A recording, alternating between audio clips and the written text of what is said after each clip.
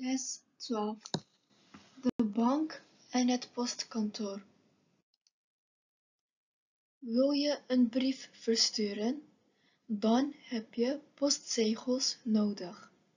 Is het een zware brief? Dan ga je naar het postkantoor. Men weegt daar je brief. Op een zware brief moet je meer postzegels doen. E-mailen is natuurlijk makkelijker en het is goedkoper. Je vriend wil zijn auto verkopen en jij wilt die auto kopen. Je hebt dan papieren nodig.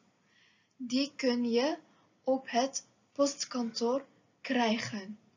Dus ook daarvoor moet je op het postkantoor zijn. Ook voor betalingen, je kunt daar geld storten op een rekening of geld overmaken van je eigen rekening naar een andere rekening. Wil je geld opnemen of een pakje versturen? Voor al die dingen kunnen we op het postkantoor terecht. In het postkantoor. Dag, kan ik u helpen? Ja, ik heb een berichtje van de post. Er is een pakketje voor mij. Een moment, alstublieft.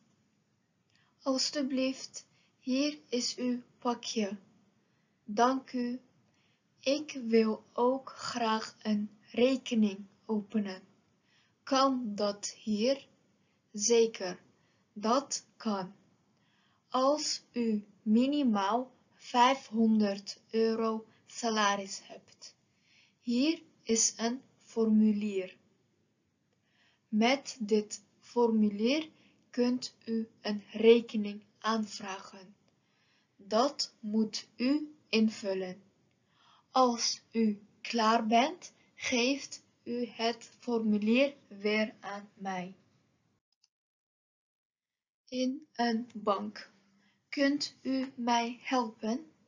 Ik begrijp het formulier niet helemaal. Ja hoor, kijk. Eerst beantwoordt u hier enkele algemene vragen. Is de rekening slechts voor uzelf of voor 2 personen? Wilt u een bankpas? Die kost €7 per jaar. Wilt u sparen op een speciale rekening?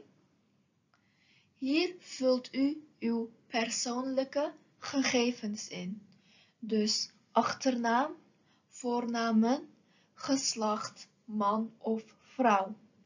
En hier uw straat, het huisnummer, de postcode en uw woonplaats. Even kijken. Ja, u hebt alles goed ingevuld. U krijgt over een paar dagen bericht. Als alles in orde is, komt u hier even terug. Uw bankpas sturen we via de post. Hoeveel kost zo'n rekening? Niets. Die is helemaal gratis. Oh, fijn. Dank u wel en tot ziens.